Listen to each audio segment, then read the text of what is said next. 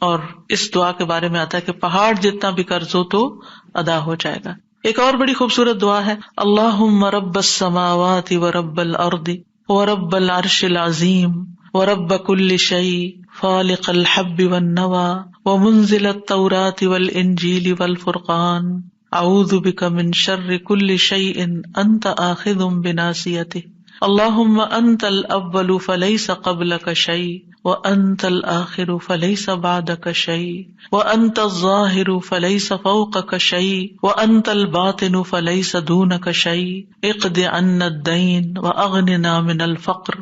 اے اللہ، آسمانوں کے رب اور زمین کے رب اور عرش عظیم کے رب، اے ہمارے رب اور ہر چیز کے رب، دانے اور گٹلی کو پھاڑ کر اگانے والے، تورات، انجیل اور فرقان یعنی قرآن کو نازل کرنے والے، میں ہر شر سے، ہر شر والی چیز سے تیری پناہ چاہتا ہوں جس کی پیشانی تو ہی پکڑے ہوئے ہے.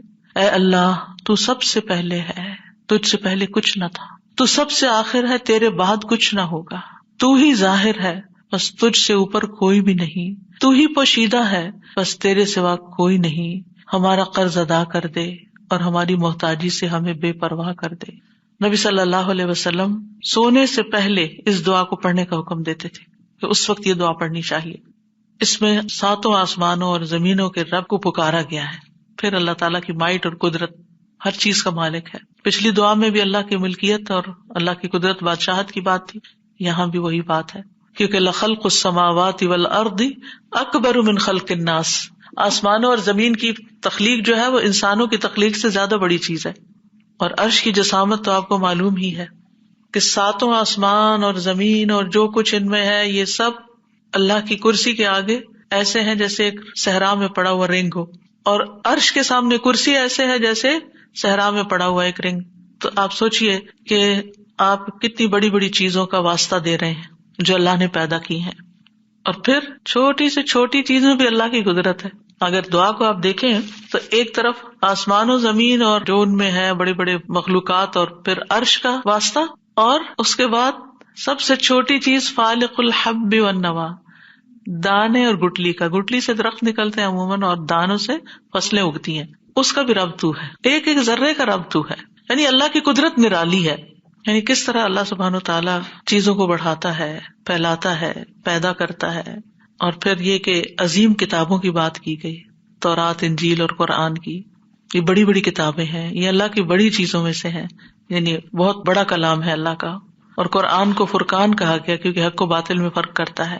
آسمانی کتابیں اللہ کا کلام ہے، اس لیے ان کے ساتھ رب نہیں آیا، باقی جو مخلوقات ہیں ان کے ساتھ رب آیا ہے. اگر دعا کو غور کریں، ان ساری چیزوں کو وسیلہ دے کر اللہ سے اپنی حاجت رکھی جائے، ہر قسم کے شر سے پناہ مانگی جائے، اور پھر اللہ سے حفاظت مانگی جائے. ہر جاندار کے شر سے حفاظت مانگی گئی ہے، چاہے وہ انسان ہو، چاہے وہ جنات ہو، چاہے کوئی بھی مخلوق ہو، ان سب کے شر سے اللہ مجھے بچا لے.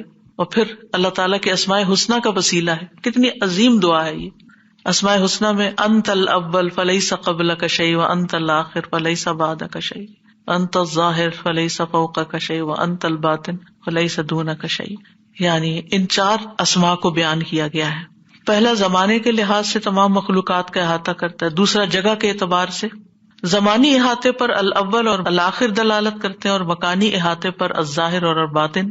اور پھر آخر میں دعا کیا مانگی گی؟ قرضے سے نجات دے دے اور فقر سے پناہ دے دے کہ آئندہ کبھی ضرورت ہی نہ پڑے. پھر ایک اور دعا ہے، اللہم انی اعوذ بک من المأثم والمغرم. اے اللہ، میں گناہ اور قرض سے تیری پناہ مانگتا ہوں. یعنی اتنی بری چیز ہے کہ جس کو گناہ کے ساتھ یہاں مینشن کیا گیا ہے. گناہ جو ہے یہ انسان کو سزا کی طرف لے جاتی ہے، اسی طرح قرض انسان کو ذلت کی طرف لے جاتا ہے. ایک مرتبہ نبی صلی اللہ علیہ وسلم سے پوچھا گیا کہ اے اللہ کے رسول، آپ کثرت سے مغرم اور مأثم سے پناہ مانگتے ہیں، اس کی کیا وجہ ہے؟ آپ نے فرمایا جب انسان پہ قرض چڑھ جاتا ہے یہاں تک کہ وہ اس کو ادا نہیں کر سکتا تو پھر وہ کیا کرتا ہے؟ بات کرتا ہے تو جھوٹ بولتا ہے، وعدہ کرتا ہے تو خلاف کرتا ہے، یعنی اس سے برائیوں کا دروازہ کھل جاتا ہے. پھر یہ ہے کہ قرض کی وجہ سے بعض اوقات بندے اور طرح بھی گناہ گار ہو جاتے ہیں، تو اس لیے قرض سے پناہ مانگی گئی. اور یہ جو دعا آپ کو سکھائی گئی ہے یہ قرض سے پناہ کی دعا ہے. اور پھر نبی صلی اللہ علیہ وسلم کو ضروری نہیں کہ قرض ہوتا تھا، وہ اس لیے بھی بار بار یہ دہراتے اور سکھاتے تھے کہ امت کو طریقہ آ جائے. ایک اور بڑی خوبصورت دعا ہے، اللہم اکفنی بحلالک عن حرامک واغننی بفضلک عمن سواک. اے اللہ مجھے حلال مال دے کر حرام سے باز رکھ، اور مجھے اپنے فضل سے اپنے علاوہ دوسروں سے بے نیاز کر دے. اور اس میں چونکہ مال کا لفظ بذات خود آیا نہیں، تو اس لیے ہر حرام سے بچا کے مجھے حلال کی طرف لے جا. اللہم اکفنا بحلالک، حلال ہمارے لیے کافی ہو جائے، تھوڑا بھی ہے تو بہت کافی ہو جائے، بجائے اس کے کہ ہم حرام کی طرف دیکھیں اور حرام سے اپنی خواہشات پوری کریں. حضرت علی کہتے ہیں کہ ایک غلام ان کے پاس حاضر ہوا جو قرض ادا کرنے سے عاجز ہو چکا تھا. اس نے عرض کیا میری مدد فرمائیے. علی رضی اللہ عنہ نے فرمایا میں تمہیں ایسے کلمات سکھاتا ہوں جو رسول اللہ صلی اللہ علیہ وسلم نے مجھے سکھائے. اگر تمہارے اوپر سبیر پہاڑ کے برابر بھی قرض ہو تو اللہ تعالیٰ اسے تمہاری طرف سے ادا کر دے گا. کہا کرو اللہم اکفنی بحلالک عن حرامک واغننی بفضلک عمن سواک. ایک اور دعا ہے اللہم انی اعوذ بک من الہم والحزن والعجز والکسل والبخل والجبن وضلع الدین وغلبۃ الرجال. اے اللہ میں تیری پناہ مانگتا ہوں غم اور رنج، عاجزی سے، سستی اور بخل سے، اور بزدلی سے، اور قرض چڑھ جانے سے، اور لوگوں کے غلبے سے، غلبۃ الرجال. اور ایک اور جگہ قہر الرجال آتا ہے. اس حدیث کے بارے میں آتا ہے نبی صلی اللہ علیہ وسلم نے ابو طلحہ سے فرمایا کہ اپنے بچوں میں سے کوئی بچہ میرے لیے تلاش کر دو جو میری خدمت کرے جبکہ میں خیبر کے لیے نکلوں. ابو طلحہ اپنی سواری پر مجھے اپنے پیچھے بٹھا کے لے گئے. میں اس وقت ابھی لڑکا تھا جو بالغ ہونے کے قریب تھا.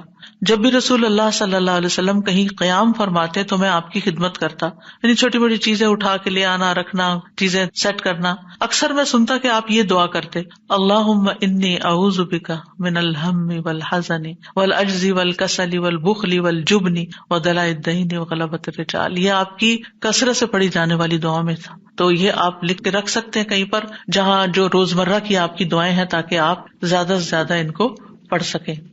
اسی طرح شروع میں نے بات کی تھی من ذا الذی یقرض اللہ قرضا حسنا، کون ہے جو اللہ کو قرض دے، قرض حسنا، ویضاعفہ لہ اضعافا کثیرہ، تو اس کے لیے بہت زیادہ گنا اس کو بڑھا کے لوٹائے. ایک ہوتا ہے صدقہ کرنا، جیسے کسی غریب کو کھلا دیا، کسی مسکین کی مدد کر دی، کسی مقروض کا قرض اتار دیا.